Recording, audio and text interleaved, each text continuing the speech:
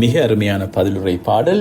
இந்த வாரம் நாம் தியானிக்கும் திருப்பாடல் 65 என்பது இஸ்ரேல் மக்கள் அறுவடை திருநாளின் போது கடவுள் தந்த வளம் கொளிக்கும் இயற்கைக்காகவும் நல்ல விளைச்சலுக்காகவும் பாடிய நன்றி அறிதல் பாடலாகும். இந்த திருப்பாடலின் வரிகள் முதல் வாசகத்தில் எசாயா குறிப்பிட்ட மழை நிலத்தை நனைத்து விளையச் செய்கின்றது என்ற கருத்தோடு மிக துல்லியமாக இணைகின்றன. இதன் ஆழமான ஆன்மீக விவிலிய கருத்துக்களை நாம் பகுப்பாய்வு செய்யும் போது இந்த பல்லவியின் முக்கியத்துவம் அதை நாங்கள் புரிந்து கொள்ள வேண்டும். நல்ல நிலத்தில் விழுந்த விதைகளோ விளைச்சலை கொடுத்தன என்ற இந்த வார்த்தை இங்கு விவிலிய வழிபாடு எவ்வளவு அழகாக வேலை செய்கிறது என்று பார்த்தோம் என்றால், திருப்பாடல் பழைய ஏற்பாட்டை சார்ந்தது. ஆனால் அதற்குரிய பல்லவி புதிய ஏற்பாட்டு நற்செய்தியிலிருந்து விதைப்பவர் உவமையிலிருந்து எடுக்கப்பட்டுள்ளது. இதன் மூலம் திருச்சபை நமக்கு ஒரு உண்மையை உணர்த்துகிறது. பழைய ஏற்பாட்டில் சொல்லப்படும் பௌதீக விளைச்சல் புதிய ஏற்பாட்டில் இறை வார்த்தையால் ஏற்படும் ஆன்மீக விளைச்சலுக்கு அடையாளமாக இருக்கிறது. இந்த திருப்பாடலில் இயற்கை தானாக வளர்வதாக கூறப்படவில்லை. ஒவ்வொரு வரியிலும் கடவுளை நேரடியாக விவசாயம் செய்வது போல் சித்தரிக்கப்பட்டுள்ளது. கடவுளின் ஆறு கரை புரண்டோடியது என்ற வரிகள். இஸ்ரேலருக்கு வற்றாத நதிகள் கிடையாது. எனவே அவர்கள் வானத்தில் இருந்து பொழியும் மலையையே கடவுளின் ஆறு என்று அழைத்தார்கள். கரையோர நிலங்களை தரம் படித்து மென்மலையால் மிருதுவாக்கினீர் என்ற வரிகள் விதமாக ஒரு தேர்ந்த விவசாய நிலத்தை உழுது கட்டிகளை உடைத்து பக்குவப்படுத்துவது போல கடவுள் வறண்ட மனித இதயங்களாகிய நிலத்தை தன் மென்மலையால் அருளால் மிருதுவாக்குகின்றார். வளங்கொளிக்கும் பாலை நிலத்தின் விவரிப்பு. பாலை நிலத்தில் மேய்ச்சல் நிலங்கள் செழுமை பொங்குகின்றன, குன்றுகள் அக்களிப்பை இடைக்கட்சியாய் அணைந்துள்ளன என்ற வரிகள். விவிலியத்திலே பாலை நிலம் என்பது வறட்சி, மரணம் மற்றும் பாவத்தின் அடையாளமாக கொள்ளப்பட்டது. ஆனால் கடவுளின் அருள் பொழியும் போது அந்த பாலை நிலமே செழுமை மேய்ச்சல் நிலமாக மாறுகிறது. பபிலோனிய அடிமைத்தனத்தால் வறண்டு போன இஸ்ரேல் மக்கள் மீண்டும் தங்கள் தாயகம் திரும்பிய போது அடைந்த மகிழ்ச்சியை இது குறித்து நிற்கிறது. ஆன்மீக ரீதியிலே இறை வார்த்தை ஒரு மனிதனின் வறண்ட வாழ்வில் நுழையும் பொழுது அங்கு மகிழ்ச்சியும் களிப்பும் இடைக்கட்சியாய் அணிகலனாய் மாறும். இந்த முதல் வாசகத்தோடு எசாயா 55ஆம் அதிகாரத்தோடு இணையக்கூடிய ஒரு சில கருத்துக்களை நாங்கள் பார்த்தால், அன்பார்ந்தவர்களே, திருப்பாடல் வரிகள் மண்ணுலகை பேணி அதன் நீர் வளத்தை பெருக்கினீர் என்கின்ற 9வது வரி எசாயா 55 காணப்படுகின்ற மழையும் பனியும் வானத்திலிருந்து இறங்கி வருகின்றன. அவை எவ்விதமாக கடவுள் எப்பொழுதும் நம்மை தேடி வரும் தொடக்க புள்ளியாக இருக்கிறார் என்று காண்கிறோம். வசனம் 10 மென்மலையால் மிருதுவாக்கினீர் என்கின்ற வரியோடு முதலாவது வாசகத்திலே அவை நிலத்தை நனைத்து என்பது எவ்விதமாக கடினமான இதயங்களை இறை வார்த்தை மென்மையாக்குகிறது, ரவா ஆக்குகிறது என்று சொல்லி எங்களால் பார்க்க முடியும். தானியங்களை நிரம்ப விளையச் செய்தது வசனம் 9 காணுகிற இந்த வரிகள் விதைப்பவனுக்கு விதையையும் உண்பவனுக்கு உணவையும் அளித்தது என்ற எசாயாவின் தொடர்பு. கடவுளின் வார்த்தை நம் வாழ்வில் நற்கனிகளை தருகிறது என்று சொல்லி எமக்கு காட்டி நிற்கிறது. அன்பார்ந்தவர்களே, முதல் வாசகத்தில் கடவுள் நான் மலையை போல் என் வார்த்தையை அனுப்புவேன் என்று வாக்கு கொடுக்கின்றார். இந்த பதிலுரை பாடலில் மனித குலம், ஆம் ஆண்டவரே, நீர் அனுப்பிய மலையால் எங்கள் நிலம் செழித்தது, பள்ளத்தாக்குகள் எங்கும் இன்னிசை கேட்கின்றது என்று கடவுளின் வாக்குறுதி நிறைவேறியதை நன்றியோடு கொண்டாடுகின்றது. முதல் வாசகமும் பதிலுரை பாடலும் நிலம், விதை, மழை, விளைச்சல் என்ற ஒரே நேர்கோட்டில் பயணிப்பதை நாம் தெளிவாக காண முடிகிறது. அன்பார்ந்தவர்களே, முதலாவது வாசகத்திற்கும் பதிலுரை பாடலுக்கும் இடையே இலக்கிய ரீதியாகவும் இறையியல் ரீதியாகவும் மிக நெருக்கமான தொடர்பு உள்ளது. எபிரேய மூல உரையிலே இந்த பகுதிகளை பிணைக்கும் 3 முக்கியமான வார்த்தைகள். அந்த வார்த்தைகளை பற்றி நாங்கள் பார்த்தோம் என்று சொன்னால், விதமாக இஸ்ரேல் மக்களின் வரலாற்று சூழலிலும் நம்முடைய தனிப்பட்ட ஆன்மீக வாழ்விலும் இந்த சொற்கள் கொண்டுள்ள ஆழமான முக்கியத்துவத்தை நாம் அறிந்து கொள்ளலாம். முதலாவதாக நிலம் என்கின்ற வார்த்தை, மண்ணுலகு என்கின்ற இந்த வார்த்தை முதல் வாசகத்திலே மழை நிலத்தை நனைத்து எசாயா 55:10 காணப்படுகின்ற இந்த வார்த்தை. பதிலுரை பாடலிலே மண்ணுலகை பேணி தொடர்ந்து நிலங்களை பரம்படித்து, திருப்பாடல் 65:9-10. இஸ்ரேல் மக்களின் வாழ்விலே நிலம் என்பது வெறும் மண் அல்ல, அது கடவுள் ஆபிரகாமுக்கு கொடுத்த வாக்குறுதியின் நாடு. பபிலோனிய அடிமைத்தனத்திலே அவர்கள் தங்கள் நிலத்தை இழந்து தவித்தார்கள். வறண்ட நிலம் என்பது அவர்களின் அடிமைத்தனத்தையும் சோகத்தையும் குறித்தது. எனவே கடவுள் நிலத்தை பேணுகின்றார் என்பது அவர்கள் மீண்டும் தாயகம் திரும்பி வாழ்வு பெறுவதை குறிக்கும் வரலாற்று அசைக்க முடியாத நம்பிக்கை. நம்முடைய வாழ்விலும் விவிலியத்தின்படி மனிதர்களாகிய நாமும் மண்ணிலிருந்து நிலத்திலிருந்து உருவாக்கப்பட்டவர்கள். எனவே இந்த நிலம் என்பது நம்முடைய இதயம் அல்லது ஆன்மா. நம் இதயம் சில நேரங்களில் கவலைகளாலும் பாவங்களாலும் வறண்ட நிலமாக மாறுவதுண்டு. கடவுளின் அருள் என்னும் மழை நம் இதய நிலத்தில் விழும் பொழுதுதான் நம் வாழ்வு பண்பட்ட நிலமாக மாறும். இரண்டாவது முக்கியமான வார்த்தை விதை, தானியம் என்ற வார்த்தை. முதலாவது வாசகத்திலே விதைப்பவனுக்கு விதையையும் உண்பவனுக்கு உணவையும் கொடுக்காமல் என்ற எசாயா 55:10 வரியில் காணப்படுகின்ற இந்த வார்த்தைகள் பதிலுரை பாடலில் அது தானியங்களை நிரம்ப விளையச் செய்தது என்று திருப்பாடல் 65:9 வரியிலே காணப்படுகின்ற வார்த்தையோடு இணைந்து செல்லுகின்றது.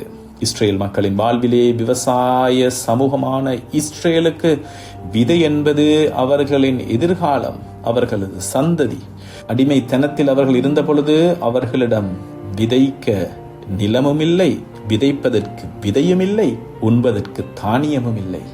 எசாயா 55 மற்றும் திருப்பாடல் 65 ஆகிய இரண்டும் கடவுள் அவர்களுக்கு புதிய எதிர்காலத்தையும் வாழ்வாதாரத்தையும் அவர்களின் சந்ததிக்குரிய ஆசியையும் மீண்டும் வழங்குகின்றார் என்பதை உறுதிப்படுத்துகின்றது. நம்முடைய வாழ்விலும் விதை என்பது இறை வார்த்தை. லூக்கா நற்செய்தி 8:11 நாங்கள் காண்பதை போல கடவுள் நம் வாழ்வில் தினமும் வார்த்தை என்னும் விதைகளை விதைக்கின்றார். அந்த விதை நம் வாழ்வில் நற்செயல்களாக தானியங்களாக மாற வேண்டும். அது ஆன்மாவை ஊட்டி வளர்க்கும், உண்பவனுக்கு உணவாகவும் பிறருக்கு நன்மை செய்ய தூண்டும் விதைப்பவனுக்கு விதையாகவும் மாற வேண்டும். மூன்றாவது முக்கியமான வார்த்தை நனைத்தல், தண்ணீர் நிறைந்தோடச் செய்தல் என்ற இந்த வார்த்தைக்காக முதலாவது வாசகத்திலே மழையும் பனியும் அவை நிலத்தை நனைத்து, எசாயா 55:10 நாங்கள் காண்பதை போல பதிலுரை பாடலில் அதன் படைச்சால்களில் தண்ணீர் நிறைந்தோடச் செய்தீர், மென்மழையால் மிருதுவாக்கினீர் என்கின்ற 10வது வரி. இஸ்ரேல் மக்களின் வாழ்விலே அவர்கள் நாட்டின் நிலப்பரப்பு கடினமான பாறைகளும் களிமண்ணும் நிறைந்தது. கோடை காலத்தில் அது பாலமாக வெடித்து இரும்பு போல் கடினமாகிவிடும். அதன் மேல் விதைகளை விதைக்க முடியாது. மழை பெய்து நிலத்தை நனைத்து மிருதுவாக்கினால் மட்டுமே கலப்பை உள்ளே இறங்கும். பாபிலோனிய பழக்க வழக்கங்களால் கடினமாகி போன இஸ்ரேலின் இதயங்களை கடவுள் தன் இரக்கத்தால் மென்மையாக்குவதை இது குறித்து நிற்கின்றது.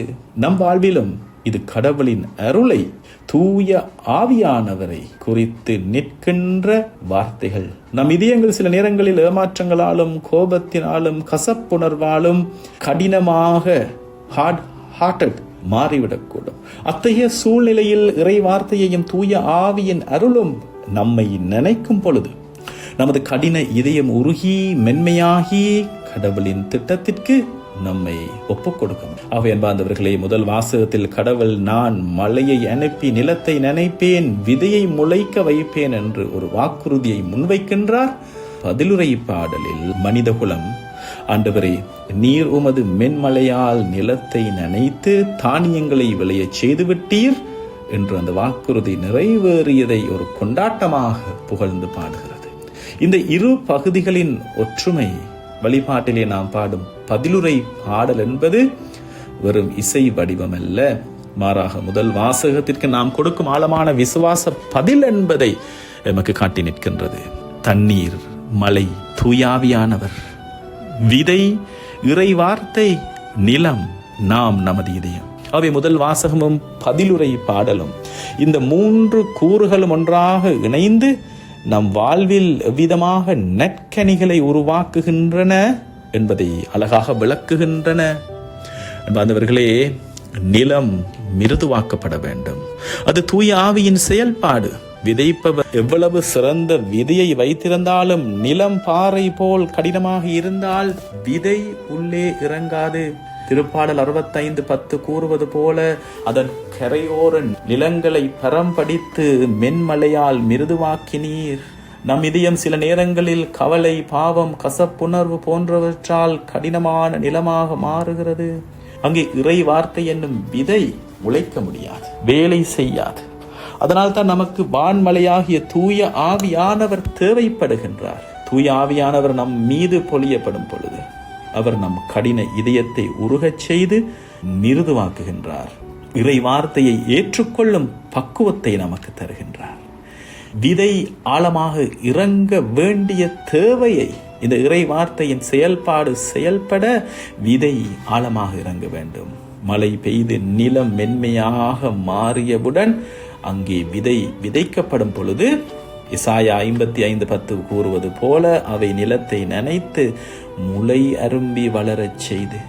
தூய ஆவியானவர் நம் இதயத்தை பக்குவப்படுத்திய பின் நாம் வாசிக்கும் மற்றும் கேட்கும் இறை வார்த்தை மறையுரைகள் நம் ஆன்மாவின் ஆழத்துக்குள் இறங்குகிறது.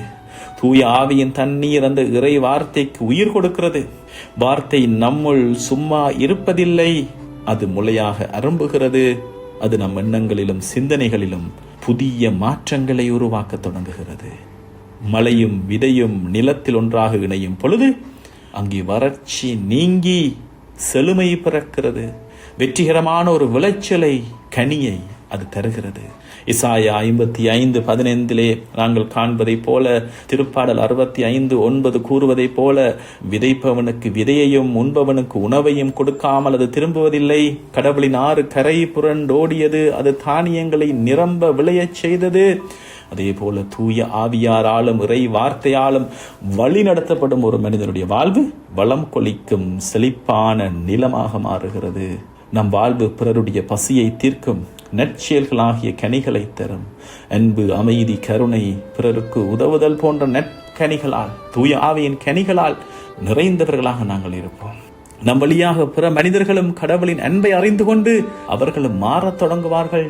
நம் வாழ்வே பிறருக்கு ஒரு நற்செய்தியாக மாறும். அவை நம் இதயம் நிலம் போன்றது. தூய ஆவியானவர் மலையை போன்றவர், இறை வார்த்தை விதையை போன்றது. அவை அனைத்தும் ஒன்றாக இணையும் பொழுது நற்கனிகள் என்கின்ற விளைச்சலை எங்கள் வாழ்வில் நாங்கள் கண்டுகொள்ளலாம். ஆண்டவரே, உம் தூய ஆவியின் மலையால் என் இதய நிலத்தை மிருதுவாக்கும். உம் வார்த்தை என்னும் விதையை அதில் விதைத்து என்னை 100 மடங்கு கனிதரச் செய்யும் என்று நாங்கள் இறைவனை பார்த்து மன்றாடுவோம்.